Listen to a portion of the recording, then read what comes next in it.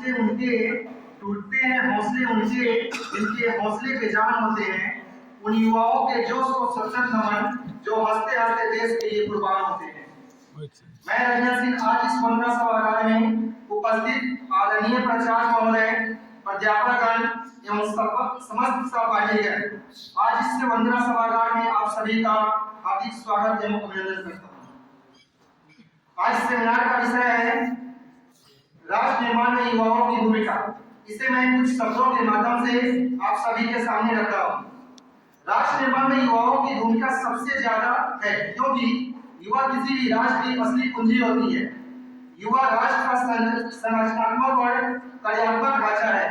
हर राष्ट्र की सफलता का आधार उसकी युवा पीढ़ी और उनकी उपलब्धियां होती है।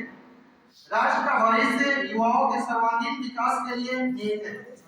इसलिए युवा राष्ट्र निर्माण में सर्वोच्च भूमिका निभाते हुए अपना योगदान देते हैं। युवाओं को राष्ट्र की आवाज माना जाता है। बेरोजगारी की समस्या युवाओं की सबसे बड़ी समस्या है। युवा अपनी क्षमताओं से बड़ा होता है। युवा हमारे राष्ट्र का भविष्य है। राष्ट्र निर्माण में युवाओं की भूमिका बहुत महत्वपूर्ण होती है, और ऐसा इसलिए क्योंकि किसी भी राष्ट्र का विकास आने वाली पीढ़ी में निहित होता है। लोकतंत्र, अर्थव्यवस्था, प्रौद्योगिकी और चिकित्सा विज्ञान में सुधार सभी युवाओं के हाथों में है।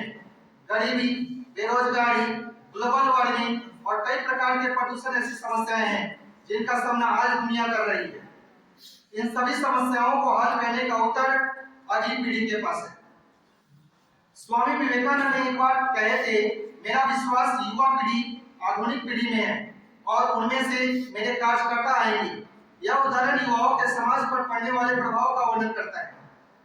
युवाओं को अच्छे नेता, आविष्कारक और नए प्रवर्तक बनने के लिए यह महत्वपूर्ण है कि उन्हें समर्थन दिया जाए और भविष्य को बदलने के लिए स्वास्थ्य, प्रशिक्षण और शिक्षा प्रदान किया जाए।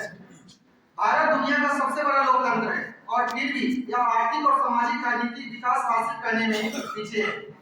हमारे स्वतंत्रता सेनानियों ने जिन दो चीजों की लड़ाई लड़ी थी, वह आजादी और देश का विकास, और इतने सालों के बाद भी हम दोनों लक्ष्यों को हासिल करने में सफल रहे हैं।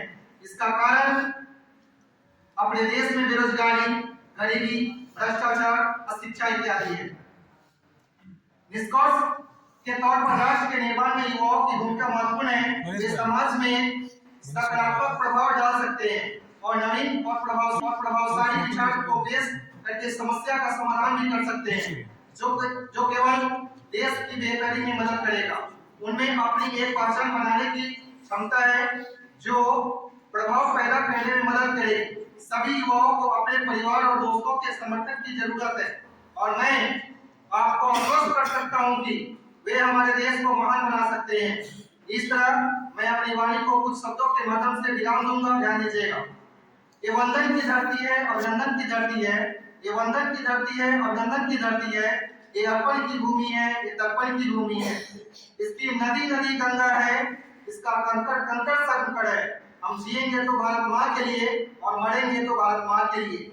मरने के बाद हमारी अस्थियों को कोई कान लगाकर सुनेगा तो एक ही आवाज आएगी, भारत माँ की जय। धन्यवाद।